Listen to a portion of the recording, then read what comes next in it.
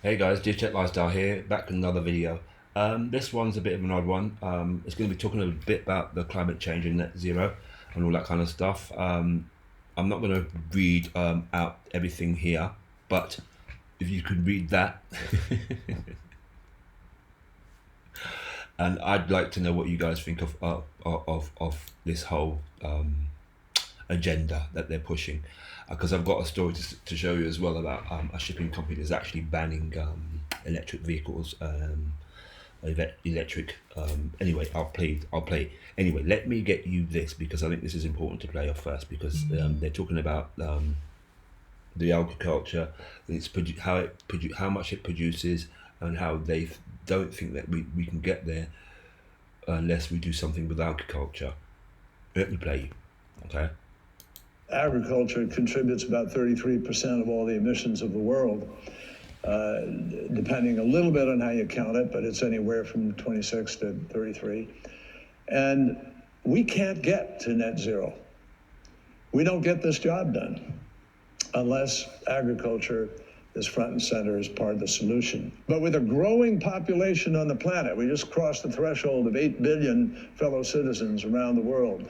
We just crossed that in this last year. Emissions from the food system alone are projected to cause another 0.5 degree of warming by mid-century on the current course that we are today.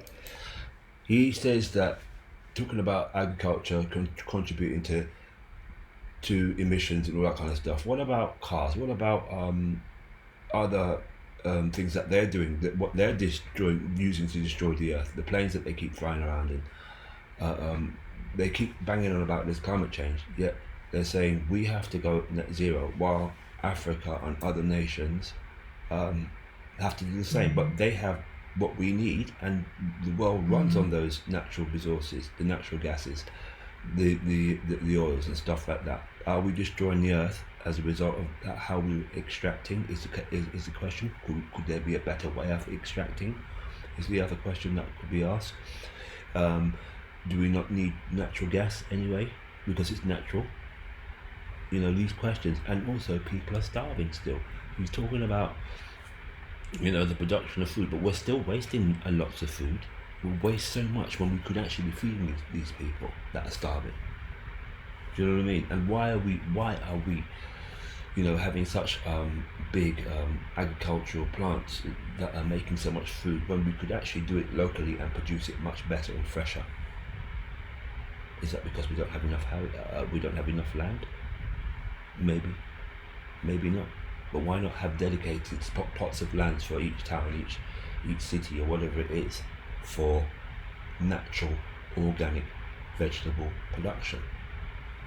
Couldn't that be a solution? Instead of them wanting to control it, because this is what I'm getting. A 2-degree future could result in an additional 600 million people not getting enough to eat. And you just can't continue to both warm the planet while also expecting to feed it. Doesn't work.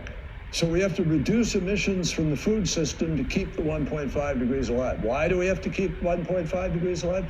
Because scientists, as a basis of physics and mathematics, not ideology and politics or party labels or anything else, as a matter of physics and mathematics and some biology and chemistry have told us these are the consequences. What happened in 2020 when the scientists said that we had to take some kind of jab? Yeah. And what happened? And what's happening to people as a result of that? Yeah, right. And we already see it happening. And almost everything they've predicted for 30 plus years now is coming true. But the problem is it's coming true faster and bigger than was in fact predicted. Right. Moving on to this story, shipping company. Now listen to this. Yeah. Electric vehicles are the latest climate change fashion, except that a Norwegian shipping company has banned electric, hybrid and hydrogen cars from its ferries. After a risk analysis, it was concluded that the risk to the safety of the shipping fleet was too significant. If an electric vehicle catches fire, they said, the fire can no longer be extinguished. And they cited last February a ship with e-vehicles on board The vehicles caught fire. The fire couldn't be extinguished. The ship sank. Improperly disconnected car battery. That's what the NTSB says sparked a massive fire that caused an explosion aboard a car carrier ship at Blunt Island last year, injuring multiple firefighters. An electric vehicle is thought to have started a fire on board a cargo ship carrying thousands of cars. One crew member was killed and others injured. And that's what happened recently at Sydney Airport, which with these lithium-ion batteries. What we've got is the casing for a fully electric vehicle, heavily impacted by fire. That does appear to be the area of origin. Nightmare for a local family. They say an electric car sparked this fire that destroyed their home. 4 people died from this fire at an e-bike repair shop. Fire gets into the battery pack. They do something which is called thermal runaway. And if it gets into the battery pack, it takes up to 40 times more water than an average car fire. Even when the immediate threat is put out, Austin Fire says there's still the potential for a fire to reignite with an electric vehicle. A Tesla in Scottsdale catches on fire not once, but twice. So, has Bowen presented us with a risk analysis in relation to purchasing, driving, charging electric vehicles and disposing of the batteries? Nothing. In the first 6 months of this year, there has been a 20% increase in lithium battery-related fires in New South Wales.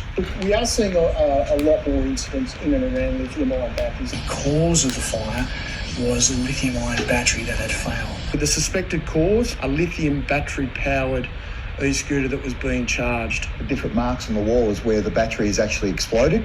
Now, these batteries are sometimes thrown into rubbish bins instead of being disposed of safely. It was an explosion and it was involving expired lithium chips.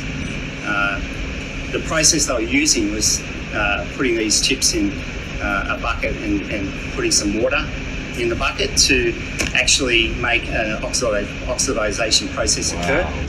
The Fire and Rescue New South Wales Acting Deputy Commissioner of Field Operations, Trent Curtin, has said that firefighters were responding to an average of more than 3 battery fires a week from in-home charging issues or incorrect disposal.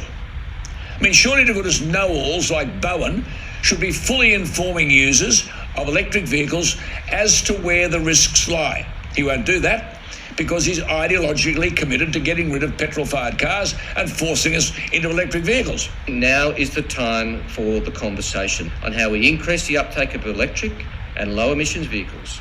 Mind you, he doesn't tell us where the electricity is going to come from, nor the risk. Our ignorance can sometimes be forgiven. Arrogance from people like Bowen can't be. These people, I've told you over and over again, are dangerous. That is too funny, not being funny. And you're not, this came out today, Tuesday the 10th, yeah? You're not hearing this stuff. Nobody's going to hear this stuff. You're not going to hear this. You're going to hear what's going on right now with, I don't really want to play you the video because it's horrible, but, you know, you get my drift. You get my drift. Yeah? All of this stuff, everything that's going on is a distraction from the real truth of what they're actually planning. And I'm going to leave you with this. Never stop questioning. We've been dumbed down. We've been, some people have. Some people are awake.